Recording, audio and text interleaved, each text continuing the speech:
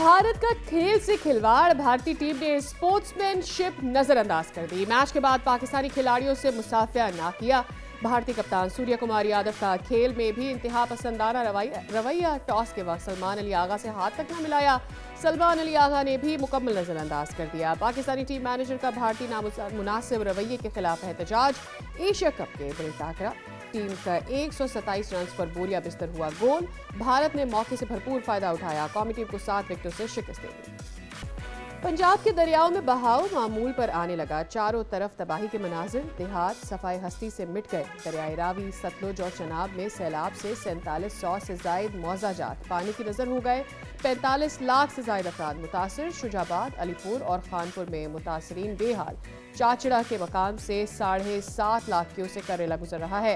मुतासरा इलाकों में rescue operation. लाखों अफराद और मवेशी महफूज मकामात पर मुंतकिल। मुजफ्फरगढ़ में 150 के करीब मौजाजात ज़ेर-ए-आब। लाखों अफराद की नफो मकानी। पंजाब से सैलाब, सिंध में दाखिल। गुड्डू और सक्खर बैराज पर ऊंचे दर्जे का सैलाब। पन्नू आकिल में कच्चे के इलाकों में सैलाब से तबाही। दर्जनों देहात पानी में घिर गए। देही इलाकों का शहरों से राबता मुनक़ता। कच्चे के हजारों मकीन कश्तियों के जरिए नकलो हरकत पर मजबूर, जबकि हजारों एकड़ ज़रई ज़मीन ज़ेर-ए-आब। वज़ीर आला सिंध मुराद अली शाह का दौरे गुड्डू बैराज। सैलाबी सूरत हाल का जायजा लिया। दरिया के बंदों पर मशीनरी, लांढियां और फ्लड फाइटिंग सामान पहुंचा दिया गया। कराची की तारीख का सबसे बड़ा जिनसी स्कैंडल। मुलजिम का 100 बच्चों से ज्यादती का एतराफ। कईयों बाद जिनसी स्कैंडल के मुलजिम शबीर तनोली के खिलाफ मजीद 3 पर्चे कट गए। 1 लड़के और 2 लड़कियों से ज्यादती की अलग अलग FIR। दर्ज मुकदमात की तादाद 6 हो गई। मुलजिम 9 साल से कम उम्र बच्चियों को निशाना बना रहा था। 350 नाज़ेबा तस्वीर और वीडियोज भी मिली थी। और दोहा में इसराइली हमलों पर इस्लामी दुनिया का मुश्तरका मौक़िफ़ क्या होना चाहिए। इस्लामी ममालिक के सरबराहान का इजलास आज होगा। वज़ीर ख़ारजा की सरबराही में इजलास की करारदाद के मुसवदे की तैयारी। नायब वज़ीर आज़म इसहाक़ डार समेत दीगर वज़ीर ख़ारजा शरीक। नायब वज़ीर आज़म इसहाक़ डार को अमरीकी वज़ीर ख़ारजा मार्को रूबियो का टेलीफोन। पाकिस्तान अमरीका ताल्लुकात के मस्बत तसलसल पर इत्मीनान का इजहार। तर्जुमान दफ्तर ख़ारजा के मुताबिक गुफ्तगू के दौरान खित्ते और आलमी सूरत हाल पर तबादला ख्याल। अस्सलाम वालेकुम, खुशामदीद। आप देख रहे हैं दुनिया बोल है। मैं हूं फैसल करीम और मैं हूं सादिया सैमसन। कल हमारे साथ जो हुआ है Faisal, yes, in the match, उस पर तो हम बाद में बात करेंगे। वो गले से, थ्रोट से अंदाजा भी हो रहा होगा राइट नाउ, क्योंकि कल जितनी एनर्जी लग गई है हमारी, क्योंकि हाँ, हमने बहुत कोशिश की कि हम दोनों मिलके पाकिस्तान को जिता सके, लेकिन पाकिस्तान नहीं जीता। लेकिन पाकिस्तान के जीतने की तो एक चीज है ना, हाँ, वो तो लेकिन एक जो उससे पहले, मैच से पहले और मैच के बाद जो भारत ने किया है वो इंतहाई अफसोसनाक है। मैं एक्सपेक्ट नहीं कर रही थी कि कोई भी टीम इस तरह से कर सकती है। स्पोर्ट्समैन स्पिरिट हम बार बार बात कर रहे हैं।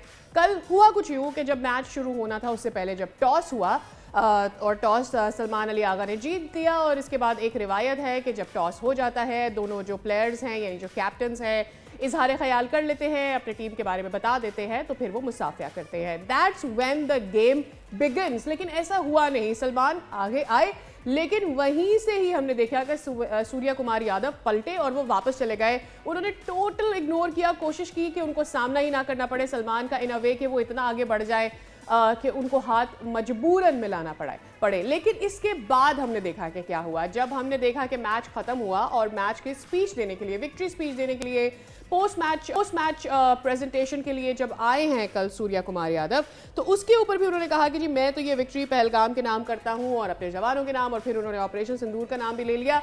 सवाल ये पैदा होता है कि फैसल, अगर यही सारा कुछ कोई और टीम कर रही होती तो उसके ऊपर तो आग लग जाती इंडिया को कि ये कैसे आपने पूरा का पूरा जो इवेंट है वो पोलिटिसाइज कर लिया। सो आई थिंक ये एक वो कहना चाहिए माजरत के साथ 2 नंबरी है। नहीं, 2 नंबरी तो आपने बहुत सॉफ्ट करके बोला है। ये फुटेज जो हम दोबारा अभी चलाएंगे उसमें अजराए मजाक बहुत से लोग कह रहे हैं बाजी डर गई, क्योंकि पाकिस्तानी प्लेयर्स वहाँ खड़े हुए थे हाथ मिलाने के लिए, और नाराज़ फुप्पो की तरह भारतीय प्लेयर जो हैं, अगर आप वो दोबारा फुटेज चला सकें, ये वाली चीज़ें तो हाँ, ये देखें, ये पाकिस्तानी प्लेयर इंतजार कर रहे हैं और ये कह रहे हैं भाई हमें शादी में इज्जत दी थी, हम नहीं आ रहे, और उन्होंने दरवाजे बंद कर लिए। किस दुनिया में रह रहे हैं हम? आखिर ये क्या एटीट्यूड है और ये क्या बचकाना हरकत है?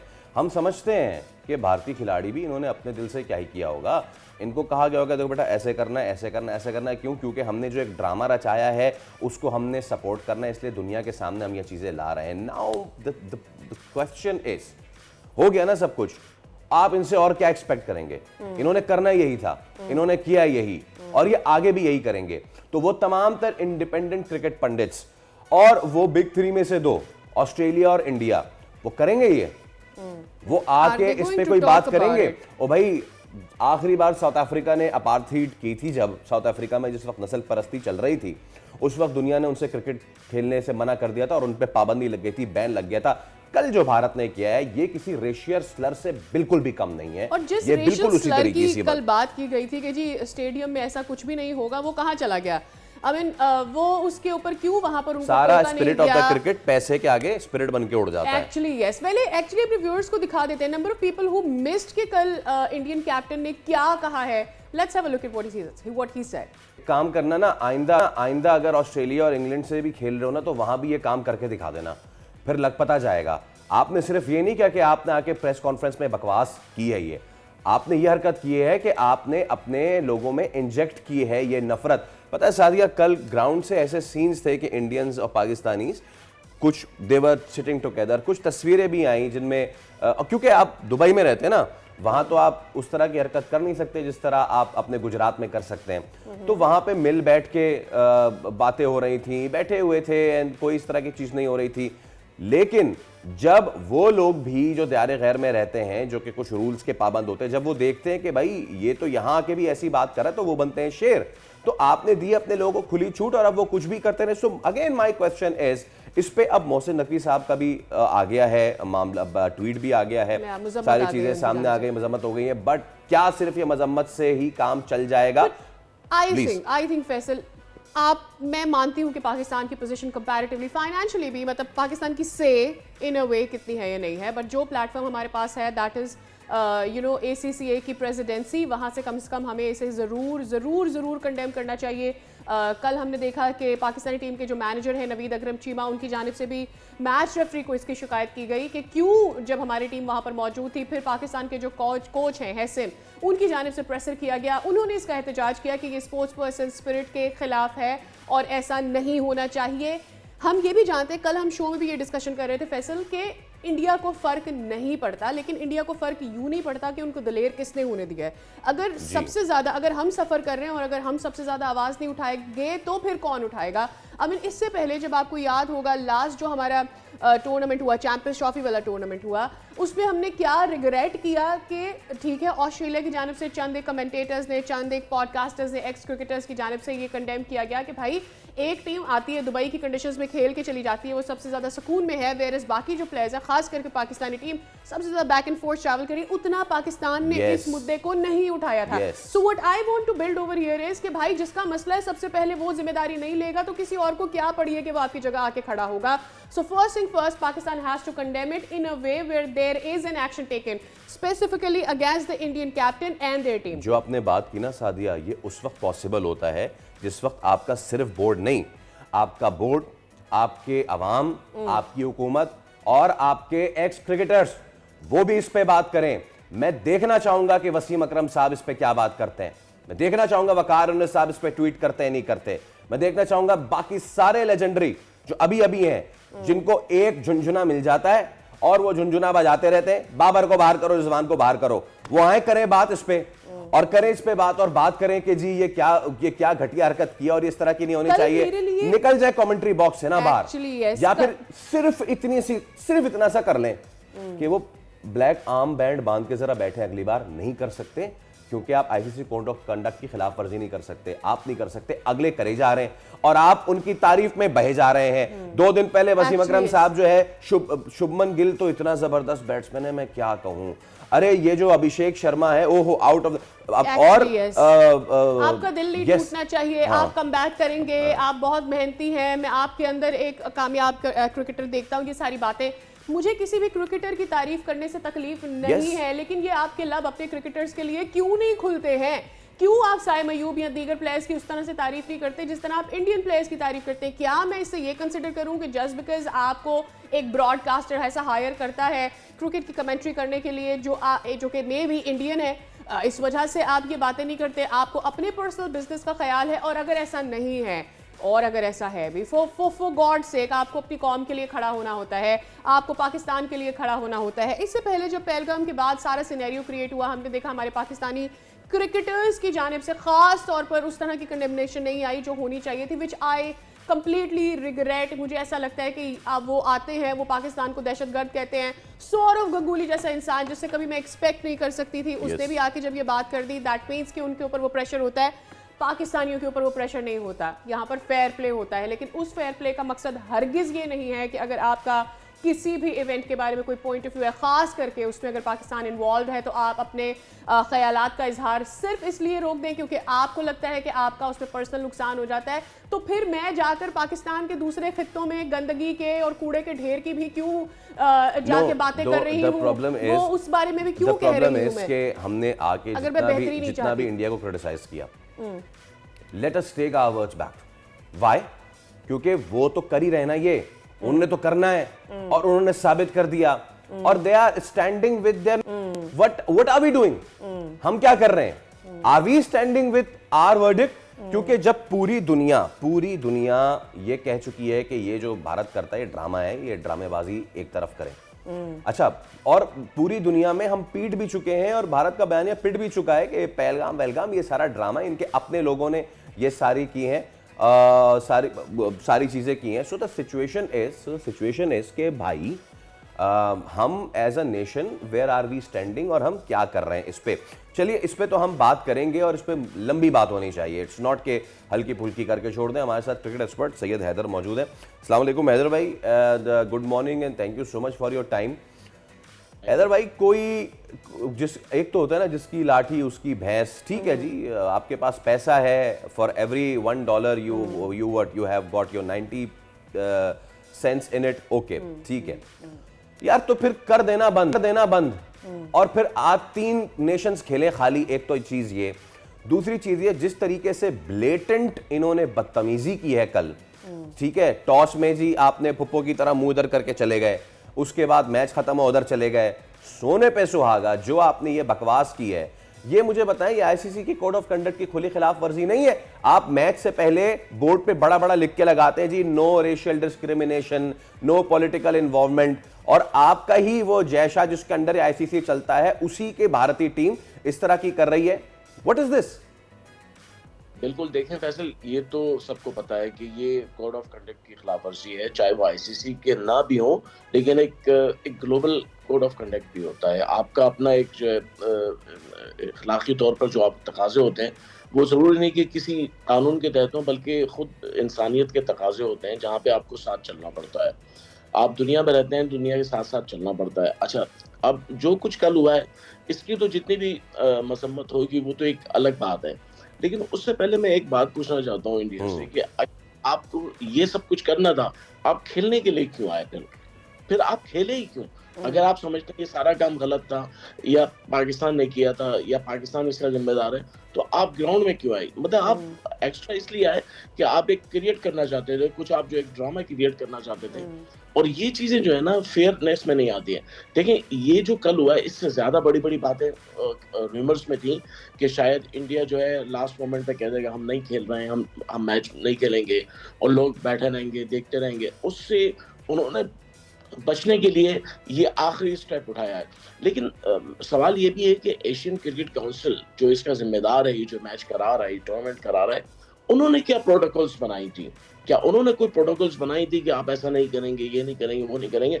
क्योंकि ये कोई गली क्रिकेट नहीं है, कोई बच्चों के गेम नहीं हो रहा है, कोई ये डोमेस्टिक नहीं हो रहा है, यहाँ पे इंटरनेशनल है। यहाँ पे एक मैं आपको बताऊं, आईसीसी के मैच में कवर करता हूँ, और वहाँ पे एक एक चीज जो है पहले से तैयार कर ली जाती है कि आपने इतने बजे पहुंचना है, इतने बजे निकलना है, और ये आपके प्रोटोकॉल है।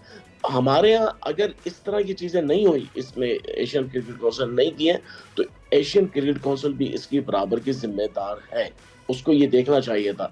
तीसरी बात मैं कहना चाहता हूँ कि क्रिकेट अगर इस तरीके से मुझे बताइएगा कि एशियन क्रिकेट काउंसिल को क्या करना चाहिए था? फॉर एग्जांपल, क्या वो पहले से ये कह देते कि जी इस तरह का कुछ नहीं होगा कि आप मुसाफिया नहीं करेंगे, बिकॉज कौन ये एक्सपेक्ट कर रहा था? आई मीन हमें ये तो पता था कि ठीक है ज़्यादा से ज़्यादा दोनों कैप्टन आपस में मैच खेलने से पहले शायद हाथ नहीं मिलाएंगे, लेकिन कौन ये प्रिडिक्ट कर सकता था कि वो पोस्ट मैच सेरेमनी आएंगे और स्काई ये बोलेंगे कि जी इसके नाम करता हूँ मैं, ये पूरी की पूरी जो है उस इवेंट के नाम करता हूँ, अपनी जीत।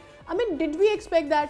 और उस वक्त क्या कर सकता था Asian cricket council? Probably now is the time that they should do something. बिल्कुल एशियन क्रिकेट काउंसिल कर सकता था, उसको प्रोटोकॉल बनाना। अच्छा चलिए अब तो हो गया ना आज। अब अगर नेक्स्ट फाइनल आता है 21 सितंबर को और फिर उसमें ऐसी कोई इस किस्म की हरकत होती है, उसके लिए आप पहले से क्या कर रहे हैं?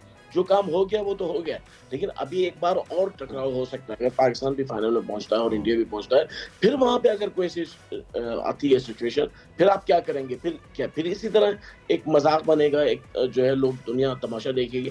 तो ये सारी चीजें जो है ये पहले से तय हो जानी चाहिए। अच्छा फिर उसके बाद ये देखें कि कल के मैच में जो इंडियन क्रिकेट बोर्ड है उनका कोई रिस्पॉन्सिबल पर्सन वहां मौजूद नहीं था, कोई जिम्मेदार आदमी नहीं था। पहले से रूमर्स थी कोई नहीं आ रहा है। तो ये एशियन क्रिकेट काउंसिल को देखना चाहिए। और आप देखें अभी कुछ अर्से 1 महीने पहले बांग्लादेश में मीटिंग हुई थी और उस मीटिंग की मुखालफत की इंडिया ने एशियन क्रिकेट काउंसिल की। लेकिन मोहसिन नकवी साहब ने स्टैंड लिया, नहीं जी मीटिंग तो यहीं पे होगी, कहीं और नहीं होगी। और आखिर में लास्ट मोमेंट उन्होंने अटेंड की मीटिंग फिर ऑनलाइन। यानी जब आप दूसरे मुल्क जो है बांग्लादेश, आखिर वक्त में अफगानिस्तान ने भी पाकिस्तान का साथ दिया कि नहीं मीटिंग तो वहीं होगी जहाँ पे तय है, तो फिर उसको मानना पड़ा।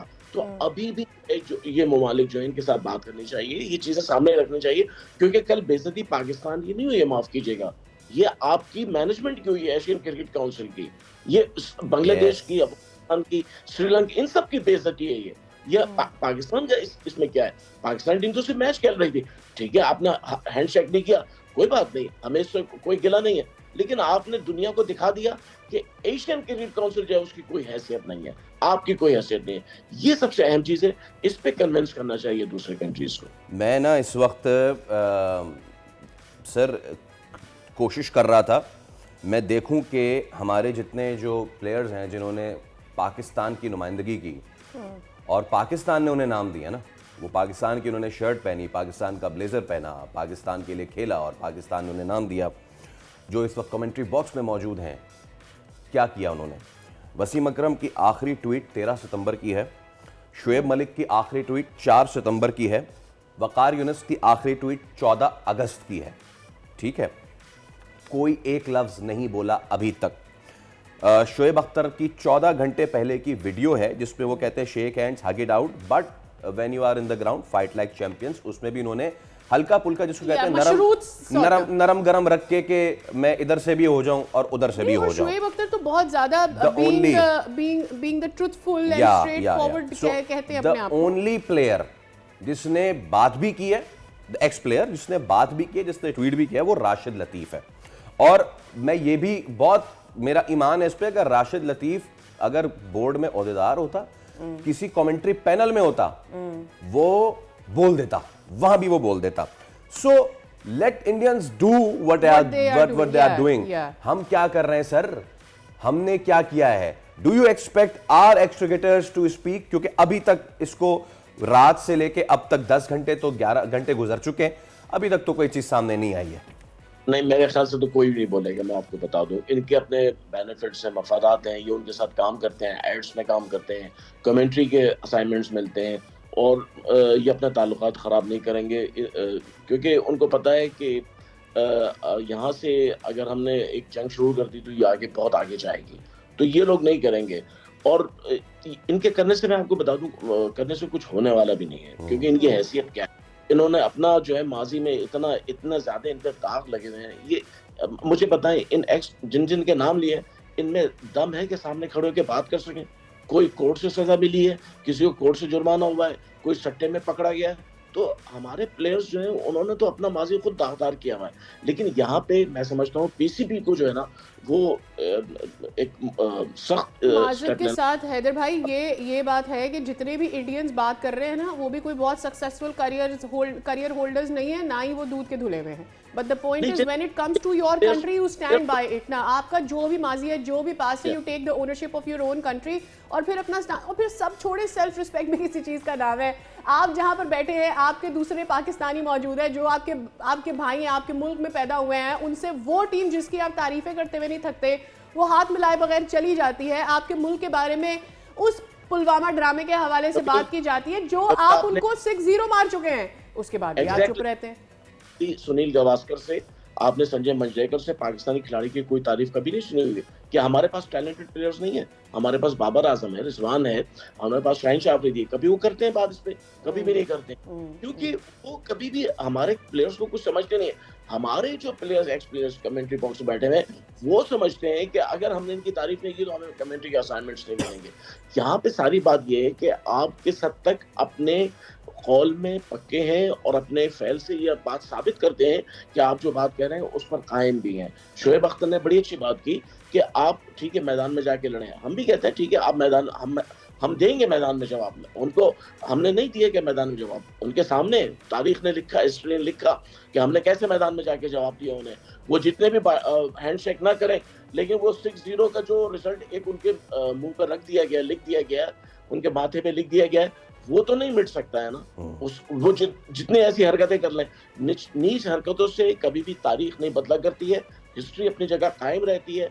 अब वो इस किस्म की हरकतें करके, मैं आपको बताऊं इन्होंने क्यों हैंडशेक नहीं किया, क्योंकि जब चेयरमैन मोहसिन नकवी से हाथ मिलाया था तो इंडिया में बहुत सारे पे, और आज उन्होंने अपना सिर्फ चेहरा साफ किया है, हमारे चेहरे को खराब नहीं किया। ये मैं आपको बता दूं, हम तो वहीं खड़े बैठे, हम तो वहीं मौजूद थे, हम तो ग्राउंड से नहीं गए ना। मैदान से भागने वाले कोई और है, मैदान में खड़े रहने वाले हम हार के भी वहीं खड़े थे, ये जीत के भी भाग, जीत के भाग। ये बहुत खूबसूरत बात, thank you so much Haider भाई। सबसे अच्छी बात आपने की, मेरे ख्याल से समअप कर दिया आपने कि पाकिस्तान की क्रिकेट टीम कल हारी और उसके बावजूद मैदान नहीं छोड़ा, और भारतीय जीते और उसके बाद फौरन से ना सिर्फ छोड़ के भाग गए बल्कि भाऊ आया करते हुए, और उन्होंने वहाँ अंदर दरवाज़ा लॉक लगा दिया ऐसे कि जैसे बाहर उनको कोई मार कुटाई। मेरे ख्याल से देवर इन द इम्प्रेशन कि यार कहीं ऐसा ना हो कि ये अपनी एयरफोर्स वालों को कुछ बोल दें, वो आके कुछ कर दें हमारे ऊपर। एक्चुअली अभी I was looking around the internet and I was figuring out कि आईसीसी का कोड ऑफ कंडक्ट क्या कहता है for the political slurs and all that.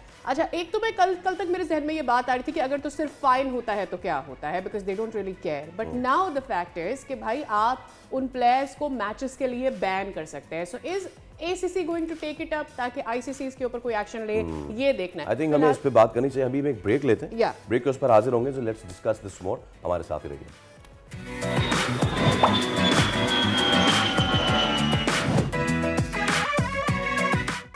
एक मरतबा फिर आपको कहेंगे खुशामदीद। सैलाब की अगर सूरत हाल की बात की जाए, अपर सेंट्रल पंजाब से तो सिचुएशन कुछ बेहतर हो रही है, लेकिन अब सदर्न पंजाब में ये रैला जब आ रहा है तो अपने साथ बहुत तबाही ला रहा है सादिया, और ख़ास तौर पर सदर्न पंजाब में अलीपुर में तो सिचुएशन एक्चुअली, और ये एक्सपेक्ट किया जा रहा था कि जब पनज में आकर सारा पानी जमा होगा तो फिर पजनत की वजह से अतराफ क्या सूरत हाल बनेगी। हमारे साथ मौजूद है मियां खुर्शीद, नुमाइंदे हमारे अलीपुर से। अस्सलाम वालेकुम अली, बताइएगा ज़रा क्या सिचुएशन है मियां खुर्शीद अलीपुर में, इधर क्या बन रही है सिचुएशन, लोगों को किस तरह से रेस्क्यू किया जा रहा है, कितनी बड़ी तादाद में लोग फंसे हुए हैं अभी तक? हाँ जी बिल्कुल, जैसा कि अलीपुर में सैलाब की तबाहकारियां जारी हैं, तो सैलाब में अभी भी सैकड़ों जो लोग हैं वो फंसे हुए हैं, लेकिन पाक आर्मी और ईदी की जानिब से जो ऑपरेशन है उसको तेज कर दिया गया है।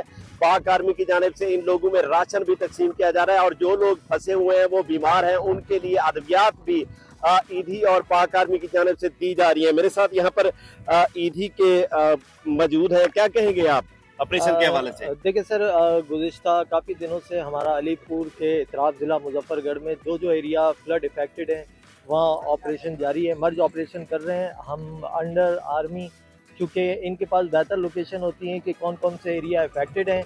इसके अलावा पूरे पंजाब भर में जब से ये सैलाब जो क्लाउड बर्स्ट गुनैर से हुआ था, KPK से हमारा ऑपरेशन जो शुरू हुआ फ्लड वाला, वो बढ़ता जैसे जैसे ये जो दरियाओं में पानी छोड़ा गया था, जहाँ जिस एरिया को हिट किया उस एरिया में हमने 5 टीमें जो हैं वो अपनी डिप्लॉयमेंट की गई थी। अब तक के जो हमने वैक्यूएट किए जो पीपल जो स्टक हो गए थे पानी के अंदर, उनकी तादाद 26,000 प्लस है। 4,000 के करीब जो हमारी हमने बेसिकली 2 फेजेस में अपना ऑपरेशन जो है वो किया है, एक रेस्क्यू और एक रिलीफ।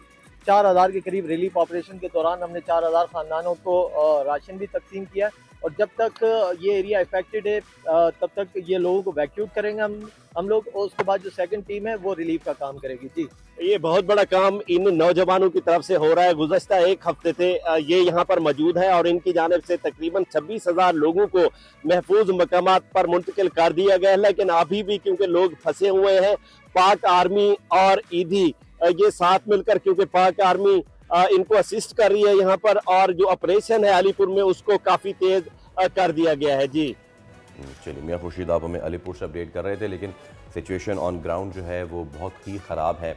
ऑल्दो के तमाम तर इदारे व शमूल पाक फौज इस वक्त अपनी भरपूर कोशिश कर रही है कि किसी तरीके से यहाँ पे फंसे लोग हैं उनकी मदद की जाए, उन तक राशन पहुँचाया जाए, बट अभी भी सिचुएशन इतनी डेवस्टेटिंग है। सादिया, हम इस बात से चलिए छोड़ें कि कितनी मैग्नानिमस है द स्टैट्स एंड ऑल, उसको एक तरफ रखें।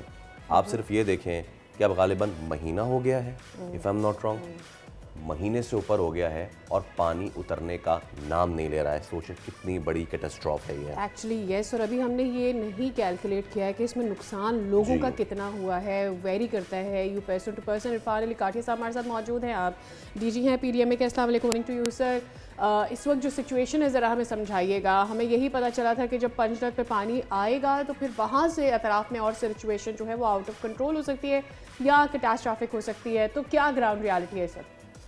जी बिस्मिल्लाहिर्रहमानिर्रहीम। इस वक्त पंजनद से पानी अपनी पीक जो 7,03,000 क्यूसेक्स अटेन करने के बाद अब बड़ा तेजी से वो डिक्रीज कर रहा है और अब 3 लाख के करीब तकरीबन पहुंच चुका हुआ है। इसने पंजनद के पानी ने अलीपुर को बड़ी बुरी तरह से मुतासर किया। ये एक तहसील है मुजफ्फरगढ़ की और पिछले 4 दिन से हम सारे लोग इधर ही मौजूद हैं। इसका इलाका है आगे सीतपुर और खैरपुर सादात और इस तरह का जो मुजफ्फर इलाके हैं, इनमें बड़ी मैसिव इनंडेशन हुई। हमने मैसिव इवैक्यूएशंस भी की और इस वक्त वहाँ पे जो टेंटेज की रिक्वायरमेंट है, वहाँ पे खाने की रिक्वायरमेंट है, उसको पूरा किया जा रहा है। तमाम जी प्लस बाकी सारे जो हयात हैं वो यहाँ पे खुद मौजूद हैं। और इसके अलावा अब अगर गुड्डू की बात की जाए तो ये पानी सारा जो पंजाब का है वो आगे ड्रेन आउट होता हुआ अब गुड्डू के मुकाम पर पहुँच रहा है। इस वक्त तकरीबन 7 लाख क्यूसेक के करीब पानी वहाँ पे हो चुका हुआ है और आज अपनी पीक अटेन करते हुए ये फिर सिंध में दाखिल हो जाएगा। पॉन्डिंग पंजाब में अभी काफ़ी सारी जगहों पे मैसिवली पॉन्डिंग है, जिसको क्लियर होते हुए अभी 2 से 3 दिन मजीद लगेंगे। ठीक, ओवरऑल साउथ में क्या सिचुएशन है ये भी ज़रा बता दीजिएगा। वहाँ के हवाले से बड़े लोगों के गिले शिकवे भी सामने आ रहे हैं कि they been not taken care as much as the central Punjab. शायद इसमें कुछ प्रॉब्लम्स बिल्कुल हुए और उसमें ख़ास तौर पे जो टाइमली इवैक्यूएशन थी वो हालांकि साउथ पंजाब के इलम में था सारी, और इसमें हमें इवैक्यूएशन फोर्सेबल करवानी चाहिए थी। शायद उतना वो ना होने की वजह से प्रॉब्लम ज़रूर हुआ, लेकिन अब अल्हम्दुलिल्लाह तमाम लोग जो हैं वो ना सिर्फ इवैक्यूएट हो चुके हुए हैं बल्कि काटिया साहब thank you so much for your time. और इस वक्त सैलाब की सिचुएशन तो है, उससे बढ़ के सिचुएशन एक और है और वो ये कराची में बारिश का पानी उतर गया है, मुबारक हो, लेकिन बारिश के पानी उतरने के बाद जो मसले हैं, ऑल्दो के हमारी प्लेटफॉर्म से भी तर्जुमान सिंध हुकूमत ने भी ये आके कहा था कि जी 1 महीने के अंदर जो 106 KMC के अंदर सड़कें आती हैं वो हो जाएंगी, लेकिन उस वक्त तक हम ये बर्दाश्त करते रहेंगे। तर्जुमान सिंध हुकूमत सादिया जावेद साहब हमारे साथ मौजूद हैं। सादिया साहब अस्सलाम वालेकुम, thank you so much for your time madam. अच्छा, कुछ तखमीना है अपना, कुछ लगाए कि इस बार की जो ये कैटास्ट्रॉफिक रेन हुई, पानी खड़ा हुआ, उससे कितना इंफ्रास्ट्रक्चर और रोड्स का नुकसान हुआ है हमारा? जी केएमसी ने मेयर साहब ने 11 सितंबर को मज़ार कायद पे ऐलान किया था कि केएमसी ने जो 106 सड़कें हैं जी।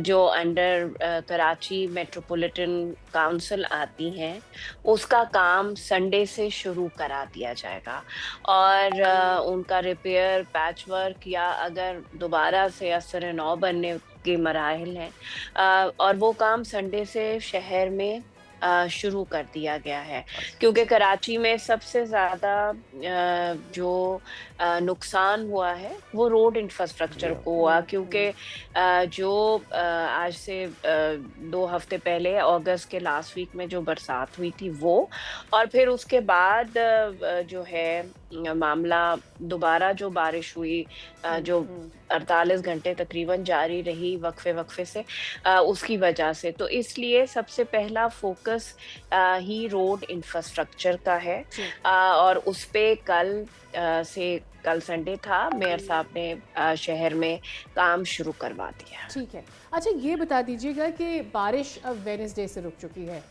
सड़कों की जो हालत है उस वजह से भी, जो सड़कों पर पानी है उसकी वजह से भी, it's been Thursday, Friday, Saturday, Sunday, today is Monday, और बदतरीन ट्रैफिक जैम है, खासतौर पर DHA से थोड़ा सा आगे आ जाए, कोरंगी क्रीक की तरफ आ जाए तो यहाँ पर तो लोग घंटों जो है वो फंसे हुए हैं। You call them अब गुलशन। हाँ, गुलशन में और भी फिर ये इस तरफ की बात है, फिर आप उस तरफ गुलशन और जौहर और फिर आगे चले जाएं lucky one and so on, आगे जितने भी एरियाज हैं वहाँ पर भी बुरा हाल है। रिगार्डलेस के कौन सा टाउन किसका है, मेरे लिए हर वो शख्स आपके लिए भी उतना इंपॉर्टेंट है। 2-2 घंटे, 4-4, 10-10 घंटे लोग ट्रैफिक में स्टक रहे हैं बैक एंड फोर्थ, अब क्या करें इसका?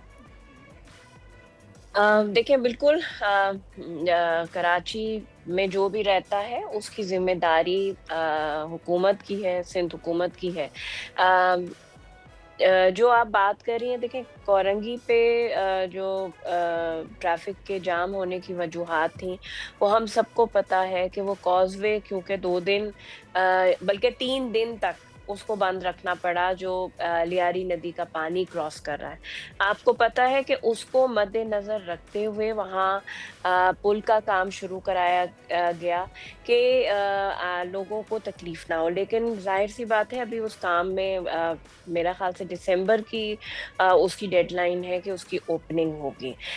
तो कोरंगी और डिफेंस के जो वो जाम सादिक ब्रिज वाला एरिया है, वहाँ वाकई लोगों को बहुत तकलीफ हुई, लेकिन उसकी बहुत बड़ी वजह थी कोरंगी कॉजवे, और सारा जो लोड और प्रेशर था वो या तो डिफेंस की साइट पर हो गया और या जाम सादिक ब्रिज पर हो गया। सादिया साहबा, मेरे पास सिर्फ 10-20 सेकंड है, sorry to cutting you off, but सिर्फ मुझे येस नो में बता दीजिएगा कि जो आप कह रही हैं कि अब जो काम शुरू हुआ है, अगले साल जो बारिशें होंगी तो फिर कॉजवे बंद नहीं होगी?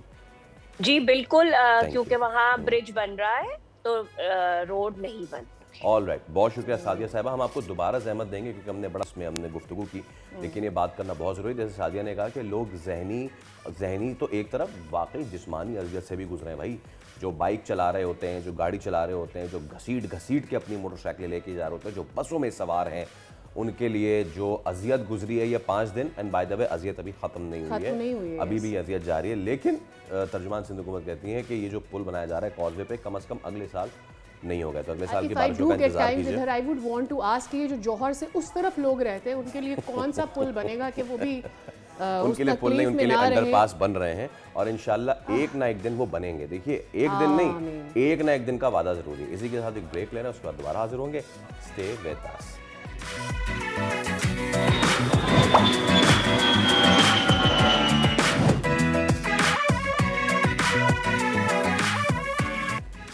वेलकम बैक, कहेंगे खुशामदीद। आप देख रहे हैं दुनिया बोल है, और इससे पहले कि हम आगे बढ़ें और इसराइली जहारियत के बारे में बात करें, इस वक्त सिचुएशन कुछ ऐसी है फैसल के we are looking forward, we are getting back where whatever happened in cricket, जो भी उसके बाद है उसके ऊपर मजीद हम इसको कैसे फॉलो अप करवा सकते हैं in the coming days as well, because that is there. हमें देखना होगा कि बाय लॉज के हिसाब से what should have been done. Anyways, आते हैं जो हमारा असल टॉपिक था इस वक्त का, और ये था कि इसराइली जहारियत जारी है। दोहा में जो भी कुछ हुआ होगा। उसके बाद इस्लामी सरबराहान का एक अहम इजलास होने जा रहा है जिसमें इसराइली हमलों पर इस्लामी दुनिया का मुश्तरका मौक़िफ़ दिया जाएगा और वज़ाए ख़ारजा की सरबराही इजलास की क़रारदाद के मुसव्वदे की तैयारी इस वक्त मुकम्मल कर ली गई है और पाकिस्तान की जानिब से नायब वज़ीर आज़म इसहाक़ डार समेत अहम वज़राए ख़ारजा की ये शिरकत है जिसमें अहम फैसले एक्सपेक्ट किए जा रहे हैं। अच्छा, ये इजलास इसराइल के बुस्तिलाना और जायरत पर अमली इक़दामात के ख़िलाफ़ मुसलमान हुक्मरानों की एक मुश्तरका आवाज़ होगी।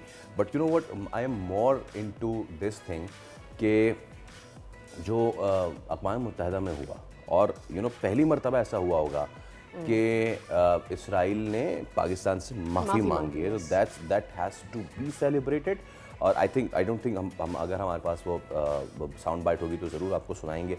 बट द थिंग इज़ कि पाकिस्तान का इस तरह ऑन द फेस आके इसराइल को उसके ब्लेटेंट लाई को अनकवर करना और उनके जैसी मुंह वैसी चपेड़ वाली काम इस बार पाकिस्तान ने किया है और इतना कि फिर इसराइल को माजरत करनी पड़ी है। I think you know what Sadia, हम हमेशा से मुस्लिम उम्मा, और इसमें हमें कहने में आर नहीं होनी चाहिए कि दो राय नहीं होनी चाहिए कि हम हमेशा से ना we used to get bog down when it used to come to Israel. But this time Pakistan ने दिखाया है कि अगर आप में दमखम है और अगर आप चाहते हैं तो आप दुनिया के सबसे बड़े प्लेटफॉर्म पे इस सहूनी रियासत को, इस जालिम काबिज रियासत को किस तरह दो टोक अल्फाज में वाशगाफ अल्फाज में अपना बयानिया जो है वो कह सकते हैं। दूसरी अहम चीज़ ये थी कि एक कंसिस्टेंट हैमरिंग बहुत ज़्यादा ज़रूरी है to stand on your point of view. बात कर लेते हैं, सैयद मोहम्मद अली साहब हमारे साथ मौजूद हैं, आप एक्सपर्ट हैं और इंटरनेशनल अफेयर्स। अस्सलाम वालेकुम, very good morning to you sir.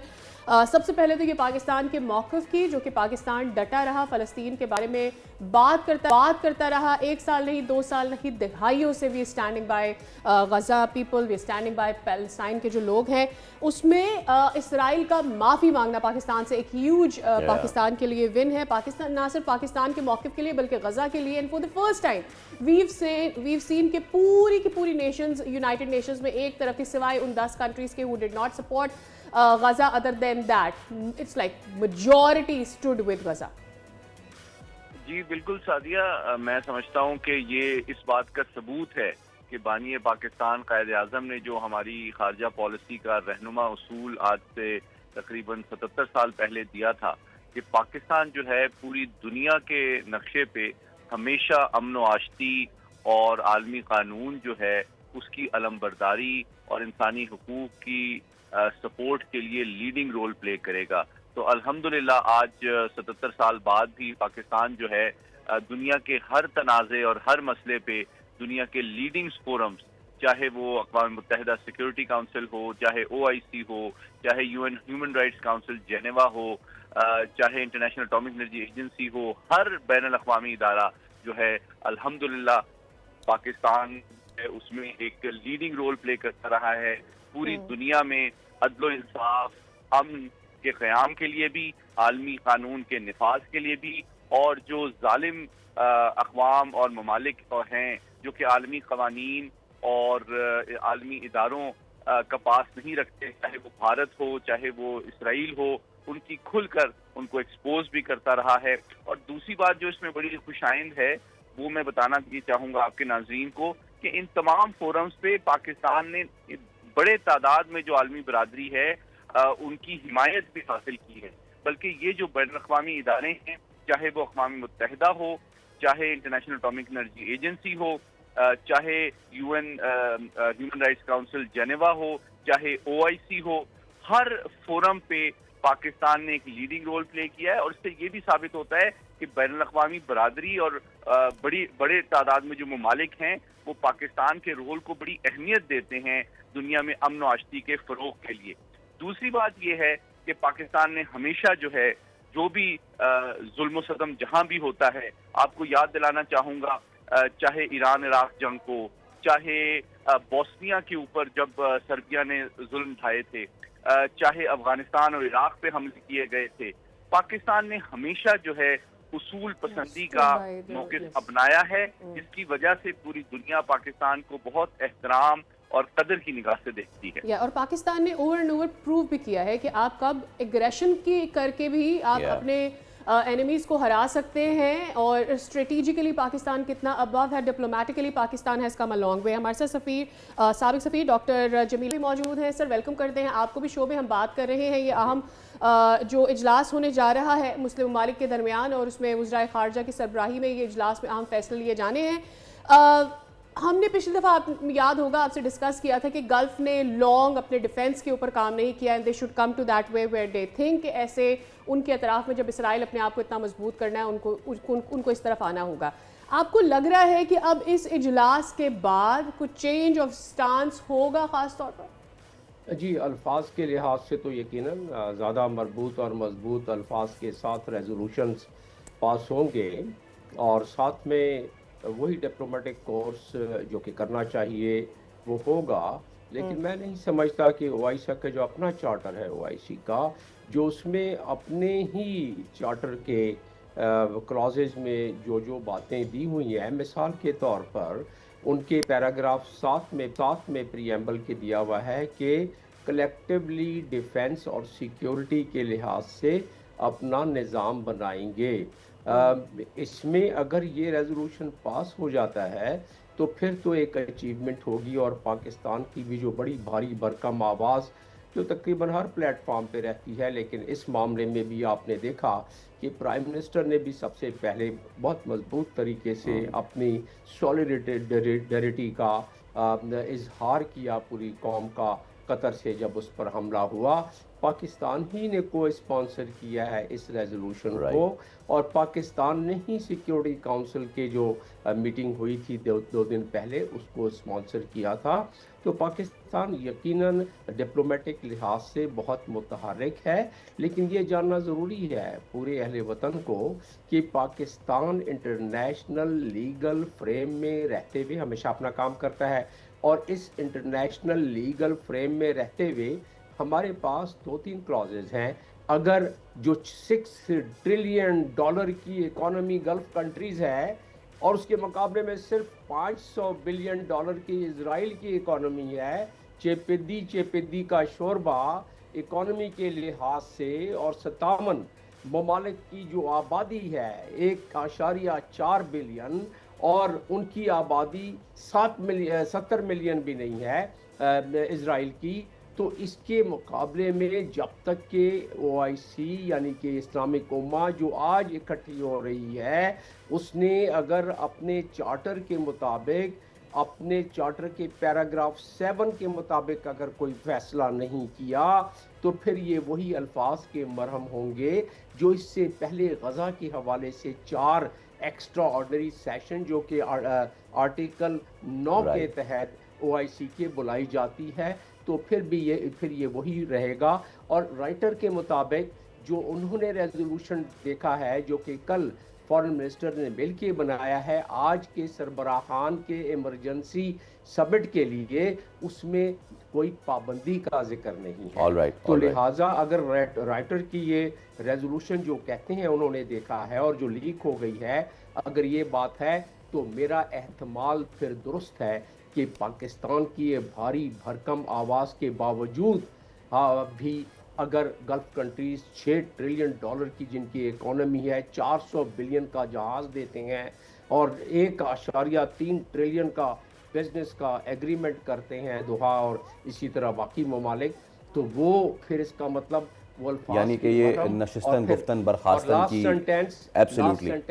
Last sentence इसका मतलब ये होगा कि आइंदा फिर वही जो मैं कहता हूँ कि अब अगली बारी किसकी बारी, 1 by 1 and turn by turn. जी Syed Mohammad Ali sahab, do you agree to that के अगर तो वो प्रिवेंटिव मेजर या वो बाय लॉ के हिसाब से काम नहीं किया गया, तो ये ऑल्दो के पाकिस्तान एक तवाना आवाज़ बना है, ऑल्दो के पाकिस्तान ने डिप्लोमेटिकली हर मुल्क से बढ़ के इस पर आवाज़ उठाई है, बट अगर इस पर बाकी ममालिक भी उसी तरीके से बाय लॉज के साथ नहीं जाते तो एक और नशिस्तन गुफ्तन बर्खास्तन होने जा रही है। That's it.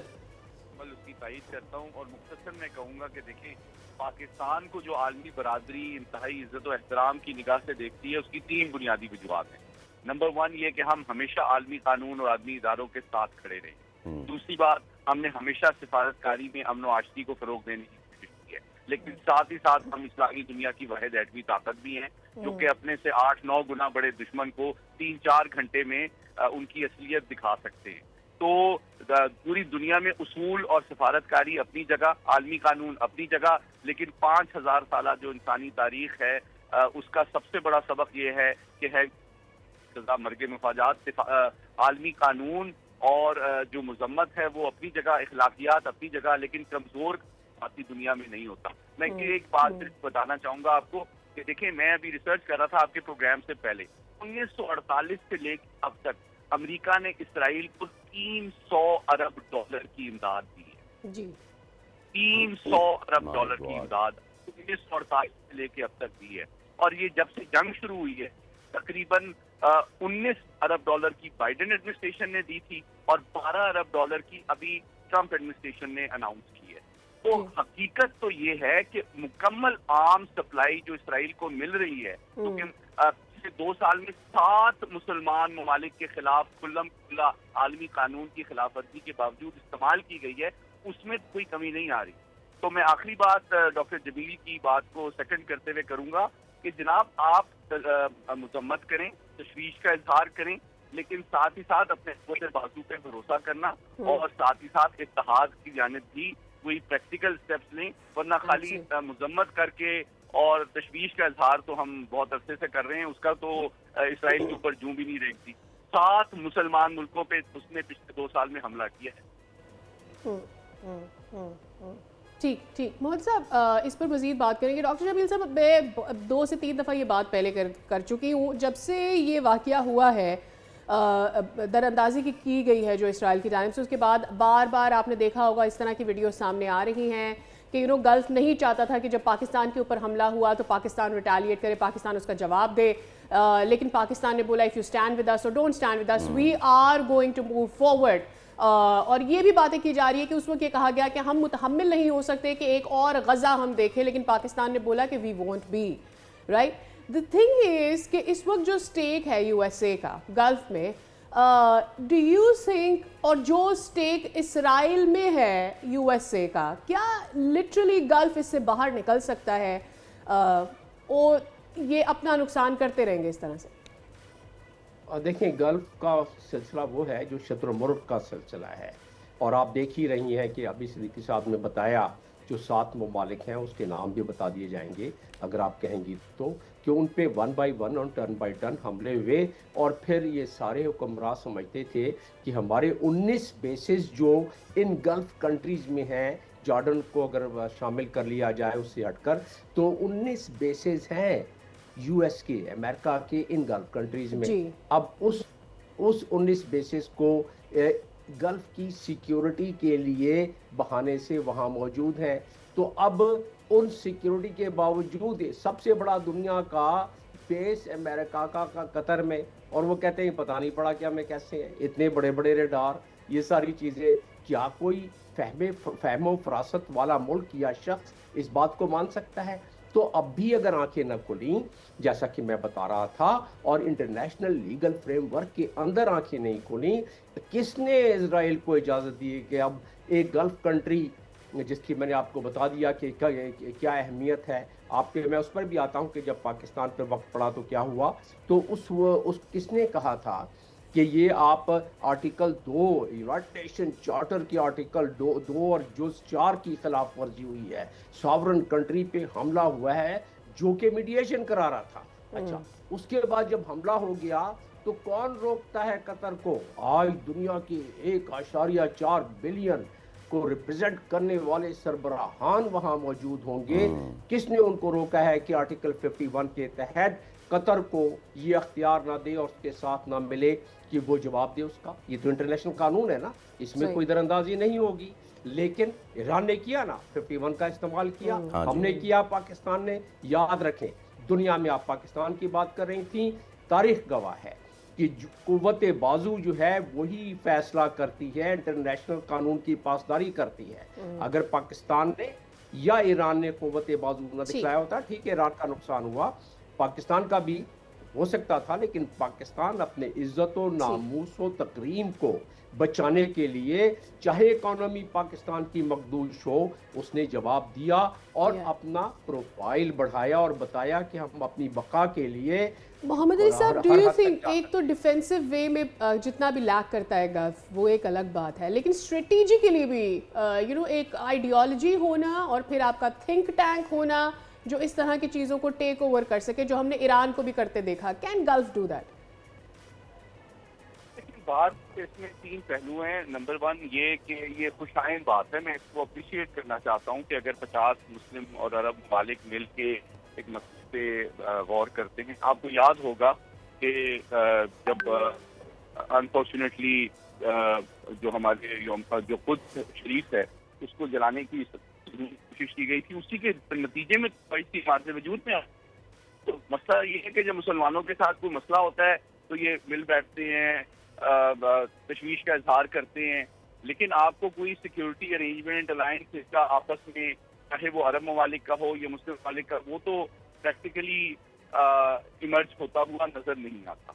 और ये एक हकीकत है जिसमें अफसोसनाक बात ये है कि मुसलसल, जिस तरह एम्बेसडर साहब ने बिल्कुल अहम बात पॉइंट आउट की, 19 अमेरिकन बेसिस इन अरब ममालिक के अंदर मौजूद हैं और यही बेसिस जो हैं वो इस्तेमाल होते हैं दूसरे के खिलाफ जो है मुख्तलिफ फजाई हमलों में भी। लेकिन जब इन ममालिक को सिक्योरिटी का कोई खतरा होता है तो ये इन बेसिस का कोई रोल नहीं होता। इससे ये बात बिल्कुल वाज़ेह है कि इन ममालिक की सरजमीन अमेरिका सिर्फ अपने मफाद में इस्तेमाल करता है, इनको कोई सिक्योरिटी ऑफर नहीं करता।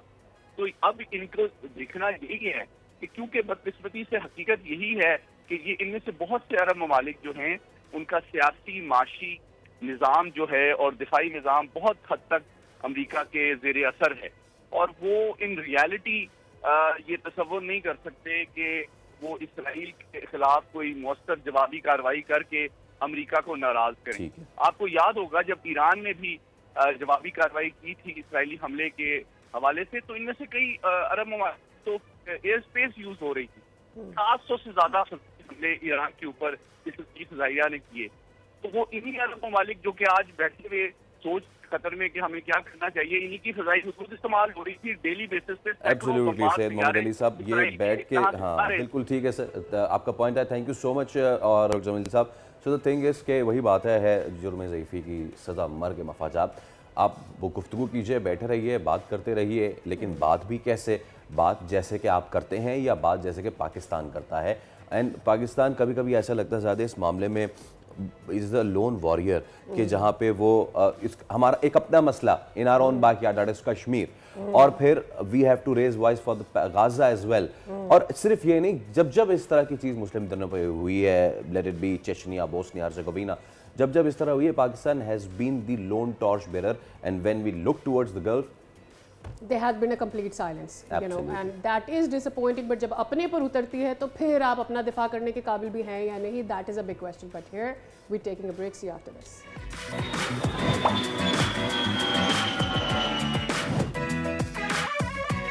फिर आपको कहेंगे खुशामदीद।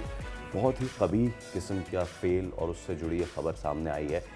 बच्चों के साथ घिनौने जुर्म करने वाले सख्त सज़ा के मुर्तकिब हैं, ये तो हम कहते ही हैं, मुस्तहिक हैं। हुआ क्या है कि गुज़िश्ता हफ्ते कराची के इलाके क़य्यूमाबाद से गिरफ़्तार किया गया एक शरबत वाला, इसको गिरफ़्तार किया गया है और इस केस में पुलिस ने मज़ीद 3 नए मुकदमात तो बना दिए। बट द सिचुएशन जो है ना सादिया, जो नंबर्स आ रहे हैं वो बहुत ही ज़्यादा स्टैगरिंग है। एक्चुअली उसने खुद इस पर इतराफ़ जुर्म भी किया है। वो 100 से ज़ायद नंबर से बात कर रहा है कि उसने बच्चों के साथ ज़्यादती की है, जिसमें लड़के और लड़कियाँ यानी दोनों शामिल हैं। एविडेंसेस और रिपोर्ट्स जो हैं वो भी आना बाकी हैं, लेकिन 3 केसेस में उसके ख़िलाफ़ जो है वो दरख्वास्तें दर्ज कर दी गई हैं। लेकिन ये कब से ये फ़ेल कर रहा था, कब से इस तरह से बच्चियों को और बच्चों को अपनी हवस का निशाना बना रहा था, और जो सोशल मीडिया पर ख़बरें चल रही हैं उसके बताया जा रहा है कि नए मुकदमात और ज़्यादती की दफ़ात के तहत दर्ज किए गए हैं। शरबत वाला शबीर अहमद तनोली जिसका नाम है, उसकी गिरफ़्तारी हुई है और वहाँ कानून नाफिज करने वाले बड़े इदारों की ये एक जीत है कि इस शख्स को वो गिरफ्तार करने में कामयाब हुए। वहाँ पर एक नया सवाल ये भी खड़ा होता है कि हमारे गली मोहल्लों में हमारे बच्चों की सिक्योरिटी कहाँ है। खुरम गुलजार हमारे नुमाइंदे हमारे साथ मौजूद है। पहले तो केस की डिटेल्स उनसे जान लेते हैं। अस्सलाम वालेकुम खुरम। फर्स्ट थिंग फर्स्ट, पहले तो ज़रा ये बताएं कि इस शख्स ने बताया जा रहा है कि इकरार जुर्म भी किया है। अब बताइए कि इसने क्या कहा है, कितने बच्चों को इसने अपनी हवस का निशाना बनाया है और फिर कौन से केसेस हैं इसके अगेंस्ट? अब देखें, अब तक जो है इसने 100 से ज़ायद इस तरह के किया है और तकरीबन बच्चों की जो एक लिस्ट है वो भी इसके पास से मिली है, जिसमें इसने एक यूएसबी में उसको कलेक्ट किया और साथ ही एक डायरी बनाई हुई थी जो कि बाकायदा मेंटेन की हुई थी कि जिस जिस बच्चों को इसने अपनी ज्यादती का निशाना बनाया उन सबको एक डायरी में भी दर्ज करके रखा हुआ था। तो ये और मोबाइल फोन में भी ये सारा डेटा पुलिस को मिल चुका है। डायरी भी पुलिस के हाथ लगती थी जिसमें 286 बच्चों का जिक्र है। अच्छा, इनमें वो बच्चे और बच्चियां भी शामिल है जो इलाका भी छोड़ के जा चुके हैं। तो इसलिए पुलिस को जो है वो फौरी तौर पे मजीद जो केसेस बनाने के लिए जो इसका शिकार हुआ है, ऐसे लोग पीडोफाइल भी होते हैं, ये इस तरह की वीडियोस को खुरम बेचते भी हैं ना डार्क वेबसाइट्स के ऊपर, तो इस एंगल से भी इसको इन्वेस्टिगेट किया जा रहा है।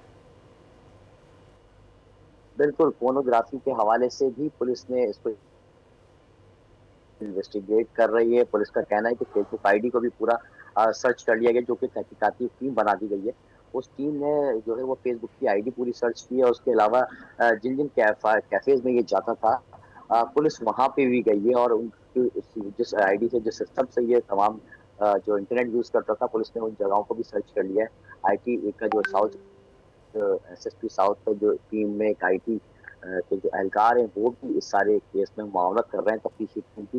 लेकिन अभी तक पुलिस को ऐसे कोई शवाहिद सामने नहीं आ सके हैं जिसमें ये उन वीडियोस को बनाने का मकसद जो है वो अब तक इस बात में खुला नहीं है या पता नहीं चला है पुलिस को कि वो क्यों बना रहा था वीडियोस सेव करता था। तकरीबन 300 से ज़ायद वीडियोस मिली है। यूएसबी में तो उसका कहना है कि समथिंग 200 के करीब वीडियोस हैं, जबकि मोबाइल फोन जो मुलजिम का है उसमें 150 के करीब वीडियोस है और उसमें मुताबिक वीडियोस जो है वो एक ही बच्ची को कहने के 3-3 4-4 दफ़ा उन बच्ची की वीडियोस भी मौजूद हैं।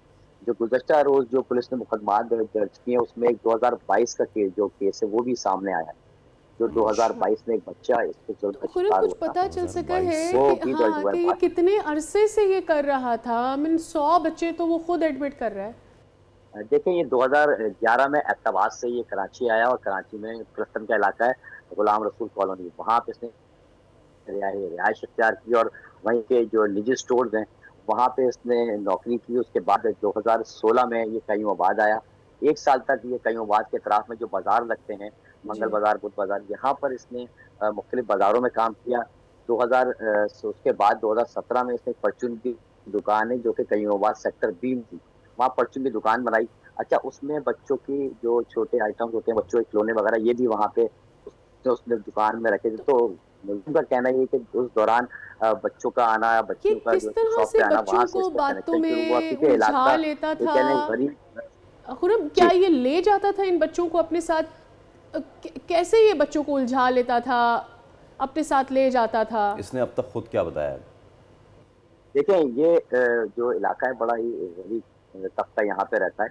तो 200-300 रुपए की लालच देके, गिफ्ट आइटम देके, खिलौने देने हैं तो आपको गिफ्ट दूंगा, ये बहला फुसला के घर लेके जाता था। फिर उनको वहाँ पे अपने जुल्म का शिकार करता था। ज्यादती का निशाना बनाने के बाद याद आता 2017 में इसने जो कईमाबाद सेक्टर सी में ठेला लगाया जूस का। वहाँ भी बच्चों का आमदोरफ्त क्योंकि छोटी छोटी बोतलें 5-10 रुपए में वहाँ बेच रहा था।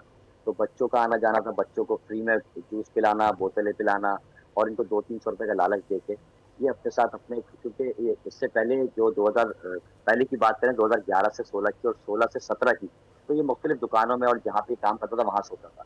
2017 में इसने फिर क्वार्टर ले लिया था जो कि कईमाबाद सेक्टर सी में था। उस क्वार्टर के अंदर बच्चों को फिर लेके जाने का सिलसिला शुरू हुआ। उस क्वार्टर में ऑब्वियसली ये एक तरतीब से लोगों को लेकर जाता होगा ना खुरम। किसी ने आसपास देखा नहीं, किसी को कभी शक नहीं हुआ कि भाई ये एक शख्स है, बच्चों को, एक आदमी जो कि अकेला रहता है, वो कैसे ले जाता है अंदर और कोई उसको रोका नहीं, किसी ने नोटिस भी नहीं किया?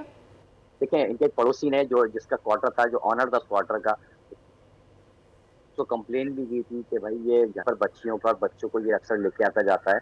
तो एक जो पड़ोसी है उनका कहना है कि मैंने फर्स्ट को रोक लिया था कि 2 ये बच्चियाँ क्यों यहाँ पर आ रही हैं? तो उसने ये कहा कि ये मेरे जो है चचा मेरे भाई की बच्चियाँ हैं, मेरी भतीजियाँ हैं और वो बीमार हैं और इलाज कराने के लिए कराची आई हुई हैं, तो इस वजह से उनको ये यहाँ पर मेरे पास मिलने आ रही हैं। जबकि अहले मोहल्ला का भी ये कहना है कि हमने मुताबिक बार इससे कहा कि भाई आप यहाँ अकेले रह रहे हैं, आप कब जब यहाँ पर आए थे, तो आपने कहा था कि फैमिली हम यहाँ लेकर आएँगे। आपकी फैमिली अभी तक नहीं आई है, इतना अरसा गुज़र चुका है। तो ये मुसलसल टाल-मटोल और आलिया बहानों से काम ले रहा था और अपना सिलसिला ये उसका वहाँ चल रहा था। सिर्फ़ एक यूएसबी जो कि बच्ची के हाथ लगी, उसके बाद भी ये सारा सिलसिला खुला, वरना तो ये 9 साल से उस इलाके में 9 9 साल साल। से ये इसी अच्छा, बच्चों और खुर्रम बच्चियों को अब इसको अपनी ज़्यादती बिल्कुल का ठीक निशाना है, बना रहा। ठीक है। अब पता इसको ही नहीं चल रहा था किसी हाँ, को, ना पुलिस गिरफ्तार की हो गया है इंटेलिजेंस ये, को इलाके में। ठीक है। अब ये गिरफ्तार हुआ है, दफ़ात कौन सी लगाई गई हैं? मुमकिना तौर पे क्या-क्या सज़ाएँ हो सकती हैं? देखिए, सिर्फ़ इसमें एक दफ़ा पुलिस की जानिब से लगाई गई, 6 मुकदमात हुए, 6 मुकदमात में सिर्फ़ 376 राय लगाई गई है, जिसमें ज़्यादती, ज़ना और बदफ़ेली करना, ये दफ़ा इसमें लगाई गई है। और देखिए अब 2022 का केस है, उसमें 2022 का जो केस कल रजिस्टर्ड हुआ है, इस लड़के के साथ बदफ़ेली करने का, उसके लिए मेडिकल कराना ये बड़े ही इन्वेस्टिगेशन में पुलिस को बहुत मेहनत करनी है। और तफ्तीशकारों से जब मेरी बात हुई थी, तो उनका यही कहना था कि इस केस में हमें मज़बूत शवाहिद चाहिए होंगे, जिसके बाद इस शख्स को सज़ा दिलानी है। और जो टीम है, जो वीडियो पुलिस एविडेंसेस का से कहना ज़्यादा भी यही है क्या कि हम ही यही चाहते हैं, सबूत चाहिए इसमें होंगे। बहुत सबूत शुक्रिया जितने खुर्रम, ज़्यादा आप से इसकी डिटेल्स हमारे साथ शेयर कर रहे थे। बट मेरी बात आ रही है फैसल कि अब जब वीडियो एविडेंसेस हैं, मैं तो कह रही हूँ इसका पैराहा बढ़ाया जाए, इसका सर्कल वाइडन किया जाए और ये पता किया जाए कि ये किसी नेटवर्क को तो ये वीडियोस नहीं देता था, और ऐसे और बहुत सारे लोग होंगे, अगर खुदा न खास्ता कोई नेटवर्क है तो फिर उनको भी पकड़ा जाए। इसको ज़रूर इस एंगल से इन्वेस्टिगेट करना चाहिए, बजाय इसके कि जी इसने कितने बच्चियों के साथ बदफेली की। That is one part of it. और एविडेंस और क्या चाहिए when videos are existing in the phone. चलिए, यस, हम एक ब्रेक ले रहे हैं, उसके बाद हाज़िर होते हैं इसके बाद।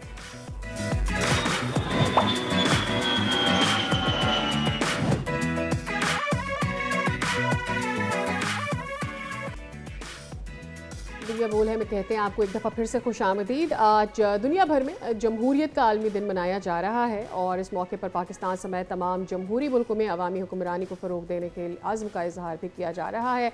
और ये दिन 2007 में अक़वाम मुत्तहिदा की जनरल असम्बली में पास करदा मुत्तफ़िका करारदाद के तहत दुनिया भर में मनाया जाता है। सीनियर तज्ज़ियाकार एहतशामुल हक साहब हमारे साथ मौजूद हैं, इस पर उनसे बात करते हैं। अस्सलाम वालेकुम एहतशाम साहब, Pakistan has come a long way. हमने ये भी देखा था जब पाकिस्तान में हुकूमतें अपने टेन्योर पूरे नहीं कर पाती थी, हमने ये भी देखा था कि जब कोई कू हो जाता था और फिर एक आमिर आकर बैठ जाता था और पॉलिटिकल सिनेरियो तितर बितर हो जाता था और दुनिया पाकिस्तान के ऊपर उंगलियां उठाती थी। We come a very long way. Pakistan ने स्ट्रगल किया है यहाँ आने तक, बट ये पाकिस्तान की खुशकिस्मती है वे वी आर स्टैंडिंग, और अब हमें पता है कि हम इकनॉमिकली बेहतर हो रहे हैं। देखें, बुनियादी तौर पे तो शादी आप ठीक कह रही हैं। अब आम तौर पे तो जमहूरियत का मतलब यही लिया जाता है कि जी किस तरह शहरियों को बाख्तियार बनाना है, बुनियादी हकूक का तहफ़्फ़ुज़ करना है, गवर्नेंस को कैसे बेहतर करना है, 2 स्टेप पे आपने इंसाफ देना है। लेकिन माज़रत के साथ अब ये the things are disappearing very fast. देखें, अभी लेटेस्ट एक आपने देखा एक सर्वे आया जिसमें बताया गया जी दुनिया में सिर्फ 4 या 5 मुल्क हैं जहाँ पे शहीद में जमहूरियत है। उनके नाम दिया गया आइसलैंड का, ताइवान का, स्वीडन का, नॉर्वे का और एक आध और मुल्क का नाम दिया गया। देखें, अब जहाँ जिनके बारे में कहा जाता है कि वहाँ जमहूरियत है, जो मदर ऑफ डेमोक्रेसी जिनको कहा जाता है, खासतौर पर इंग्लैंड देख लें, फिर अमरीका, फिर उसके बाद हिंदुस्तान सबसे जमहूरियत है। अब इस बिल्कुल उलट हो रहा है। वो ये रहा है कि सिर्फ बयानात की हद तक यूएन के चार्टर को फॉलो करनी है, कद तक तो सब कुछ होता है। अभी आप देखते हैं अमेरिका में, आप देखें सूरत हाल बिल्कुल बदल गई। आजकल वहाँ पे जो हो रहा है, कहीं भी आपको नहीं आ गई, वहाँ पे लगता है कि एक तरफा इख्तियारात का इस्तेमाल किया जा रहा है, ओपोनेंट को किया जाता है। यही आप देख लें फ्रांस में भी होता है, बाकी जगहों पे। लेकिन आप सही कह रही हैं कि टू सम मेजर एक्सटेंट हमारे मुल्क में बावजूद तमाम कबातों के यहाँ जमहूरियती भी नहीं, यहाँ आमिर भी रहे और बड़े वाले से फौजी रूल भी रहे। लेकिन देखने वाली बात ये है कि अब कहाँ पे हम खड़े हैं। देखिए, 2 टर्म तो पूरी हो गई है। नवाज साहब का भी उस लिहाज से पूरी हुई थी, अपना मुशर्रफ साहब के ज़माने में शौकत अली ने टर्म पूरी की थी, अब फिर पीपल्स पार्टी की टर्म पूरी हुई थी। अब सवाल ये है कि जी इससे आगे कैसे जाना है। अब इससे आगे जाने के लिए कि एक लफ्ज़ यूज़ करते हैं हम, कंसेंसस के साथ कैसे अदारों को बिल्ड करना है। और अपने ओपोनेंट्स को आपने कैसे एक्सेप्ट करना है, कैसे उन्हें लेवरेज देना है, किस हद तक उनके साथ ताल्लुकात को बेहतर रखना है। अच्छा एहतशाम साहब, इसके भी दो रुख हैं। आप देखें, जब दूसरे ममालिक में हम देखते हैं कि ये सवाल उठाया जाता है कि जी अदलिया जो है वो इन्वॉल्व है, अदलिया जो जिस तरह से ट्रंप के इल्ज़ामात लगाते रहे, इससे पहले बाइडेन इलेक्शन के बारे में, डोनाल्ड ट्रंप इलेक्शन के बारे में भी बाइडेन के ऊपर इल्ज़ामात लगाते रहे। When it comes to Pakistan, और हम पाकिस्तान के लिए कहते हैं कि जी ये तो जमहूरियत का हुस्न है, आपको आज़ादी है, आप इजहार कर सकते हैं, but at the same time जब हम अमेरिका या दूसरे मुल्कों के लिए बात करते हैं और हम उनकी फाइनेंशियली करप्शन या इसके ऊपर बात करते हैं, तो हम कहते हैं कि देखो उस मुल्क जैसे मुल्क में भी डेमोक्रेसी नहीं रही। तो आपको नहीं लगता कि ये भी एक अंडरस्टैंडिंग में तजाद है और ये चैलेंज है जिससे हमें निपटना है? अभी देखिए, अगर पर्टिकुलर आप फोकस करें सादिया अपने मुल्क के बारे में भी, अभी देखें ये आयरनी क्या है कि जो पॉलिटिकल लोग होते हैं वो जब हुकूमतों में आते हैं वो डिक्टेटर बन जाते हैं। जब डिक्टेटर कोई आता है तो उन्हें जमहूरियत की याद सताना शुरू कर देती है। ये एक डायकॉटमी अपनी जगह पे मौजूद है, लेकिन ये बात माननी पड़ेगी कि तमाम तर बातों के आज पाकिस्तान में जिस तरह शहरी आज़ादियाँ हैं, आप किसके खिलाफ जो भी बोलना चाहें, फिर सोशल मीडिया कितना आज़ाद है, भले हुकूमतों के सख्त मौक़िफ़ हों, उनके तहफ़्फ़ुज़ात हों, लेकिन कोई इनको रोक नहीं रहा होता। तो सवाल तो इस पर यही कि अब यहाँ से हमने आगे कैसे जाना है। देखिए, 150 से ज़्यादा सहाफ़ियों को पाकिस्तान में कत्ल किया गया पिछले 5 सालों में। आप देख लें, जगह जगह लोगों को बोलने से रोका गया। लेकिन अब आप देख लें जिस तरीके से आप देख लें कि 100 के करीब टेलीविजन चैनल हैं और 200 के करीब अखबारात हैं, जिसके दिल में जो चाहता है कहना चाह रहा है वो कह रहा होता है। तो तमाम तर बातों के हमारे यहाँ उस लिहाज से तो जमहूरियत किसी हद तक हम ये कह सकते हैं अराउंड द वर्ल्ड। एहतशाम साहब, डेमोक्रेसी की डेफिनेशन क्या चेंज हुई है? क्योंकि बहुत सारे ममालिक में सोशल मीडिया पर वैसे तो आज़ादी है बात करने के लिए, लेकिन कुछ ख़ास टॉपिक्स पे आप नहीं बात कर सकते। अब आप लोगों को मना नहीं करते, अब आप फायर वॉल्स के ज़रिए लोगों के ऊपर पाबंदी लगा देते हैं, उनकी जो रीच है उसे कम कर देते हैं। सो क्या हमारे इस दुनिया में जिसमें हम सब रहते हैं, इसमें डेमोक्रेसी की डेफिनेशन बदल गई है? देखिए, अगर जनादारी साहब मुझे पूछें तो जिस तरीके से जो स्पिरिट जमहूरियत की है, जिस तरीके से अदारे इवॉल्व होते हैं, जिस तरीके से एक लोगों की एक ग्रेटर पार्टिसिपेशन होती है गवर्नेंस को बेहतर करने के वाले से, और जिस तरीके से ये कहा जाता है कि लोगों के हकूक, बुनियादी हकूक का तहफ़्फ़ुज़ किया जाता है, फिर स्पीच की इजाज़त दी जाती है, फिर क्रिटिसिज्म की इजाज़त दी जाती है, तो ये तो अपनी जगह पे मौजूद हैं। लेकिन आजकल आपको ये नज़र नहीं आएंगे। इवन बरतानिया में भी अब देख लें, जो ओपोनेंट्स हैं उनके खिलाफ केसेस बन रहे हैं। फ्रांस में तो बहुत ही बुरे हालात हैं। अमेरिका की मिसाल ही छोड़ दें, हिंदुस्तान ने तो वो तबाही फेरी है अपने ओपोनेंट्स के खिलाफ के लोग आज हंस रहे हैं कि अभी आप रिसेंटली जो बांग्लादेश में हुआ और फिर अभी ये जो जेनजी प्रोटेस्ट की बात हम कर रहे हैं, नेपाल में जो हुआ, उसको कहाँ रेट करते हैं? आई मीन, कुछ लोग कहते हैं कि जी अमेरिका इसके पीछे है, कुछ लोग कहते हैं कि ये जेनजी है, ये कुछ भी कर सकते हैं, फिर उनकी वीडियोस भी आ रही हैं, वो बाद में रोड्स की भी सफाइयाँ कर रहे हैं। क्या हम इसको डेमोक्रेसी कहते हैं? देखिए, दो चीजें पर्टिकुलर पूछिए, मैं दोनों के बारे में आपको बड़ा वाज़ेह तौर पे बताऊं। बांग्लादेश का केस बिल्कुल डिफरेंट है। 14 साल से हसीना वाजिद ने जिस तरह जिसको कहते हैं दबा के रखा हुआ था, शहरी आज़ादियाँ नहीं थी, अपने ओपोनेंट्स को ऑन किया जाता था, जमात इस्लामी के 80-80 साल के बुजुर्ग, 90-90 साल बुजुर्गों को फांसी लगाई गई थी, वो तो छोड़ ही दे, वो तो हिंदुस्तान की प्रॉक्सी बन के हुकूमत चला रही थी हसीना वाजिद। नतीजतन फिर एक रिएक्शन आया, लोग जो है उठ खड़े हुए। यही नेपाल में जहाँ और को बातें थी सादियाँ, वहाँ पे सोशल मीडिया पे जब पाबंदी लगाई थी तो लोगों का एक रिएक्शन बेतहाशा उसको। देखिए, वहाँ पे भी जमहूरियत नहीं है। 15 साल पहले उन्होंने वहाँ बादशाह खत्म की थी, लेकिन जिस तरह जमहूरियत होनी चाहिए थी नहीं है। हमारे बारे में मैं ये कह सकता हूँ, तमाम तर कबातों के सेक्शन के अब भी देख रहे हैं कि जो हम कहना चाहते हैं, जो करना चाहते हैं, कर रहे होते हैं, लेकिन आमतौर पर जो कहा जाता है कि जमहूरियत के फ्रूट सादिया जो कहा जाता है कि वो इक्वली डिस्ट्रीब्यूट होते हैं, तो वो तो अब जो जमहूरियत के बड़े बड़े चैंपियन है वहाँ पे नजर नहीं आती, तो हमारे यहाँ कहाँ से नजर आएगी?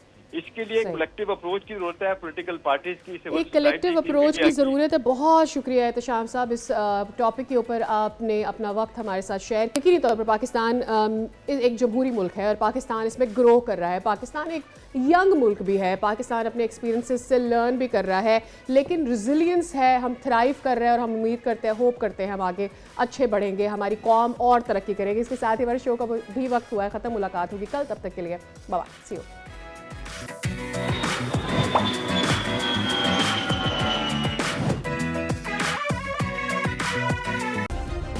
सब्सक्राइब करें और बेल दबाएं ताकि कोई खबर रह न जाए।